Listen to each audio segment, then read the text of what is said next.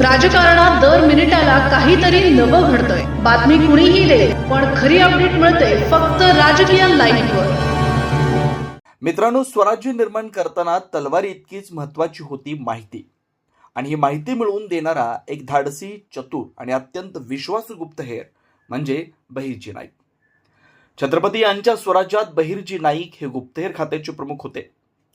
वेषांतर करणं, शत्रूच्या छावणीत शिरणं आणि अत्यंत गुप्त माहिती घेऊन परत येणं ही त्यांची खासियत होती. कधी साधू, कधी व्यापारी, तर कधी फकीर बनवून ते शत्रूच्या प्रदेशात प्रवेश करत.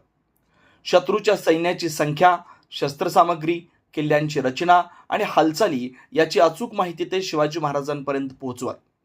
इतिहासातील अनेक मोठ्या मोहिमांमध्ये बहिर्जी नाईक यांचं योगदान आहे. ज्यावेळी अफजल खानाच्या सैन्याची माहिती त्यांनी मिळवून दिली, तसेच मोहिमेपूर्वी सुरत शहरातील परिस्थितीची माहिती त्यांनी गोळा केली.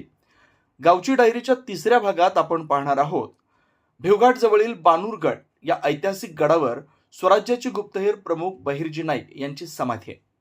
सांगलीपासून या गडाचं अंतर सुमारे 70 किलोमीटर आहे. सांगली, तासगाव, भिवघाट, पळशी असा मार्ग या गडावर जाण्यासाठी सोयीचा आहे. रस्ता चांगला असल्यामुळे गडावर बहिर्जी नाईक यांच्या समाधीपर्यंत 4चाकी वाहन देखील जातं. अलीकडेच या गडाचा दौरा करण्याची संधी मिळाली. बहिर्जी नाईक यांच्या समाधीचं दर्शन घेताना मनात वेगळीच भावना दाटून आली. या महान गुप्तहेराच्या कार्याची माहिती ऐकताना ऊर अभिमानानं भरून आला. स्वराज्यासाठी आयुष्य अर्पण करणाऱ्या या अदृश्य योद्ध्याला तिथं उभं राहून मनोमन अभिवादन केलं. इतिहासात तलवारीनं लढणारे अनेक वीर आपल्याला माहिती आहेत, पण छायेत राहून स्वराज्यासाठी लढणारे हे अदृश्य योद्धेही तितकेच महान होते.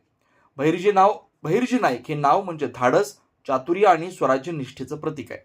मित्रांनो, अशा महान गुप्तहेराला आपला मानाचा मुजरा. राजकीय घडामोडींचा सर्वात वेगवान अपडेट फक्त इथेच राजकीय लाईव्हवर. आमच्या YouTube चॅनलला लाईक, शेअर, सबस्क्राईब करा आणि रहा राजकारणाच्या रणभूमीवरील थेट नजरेत.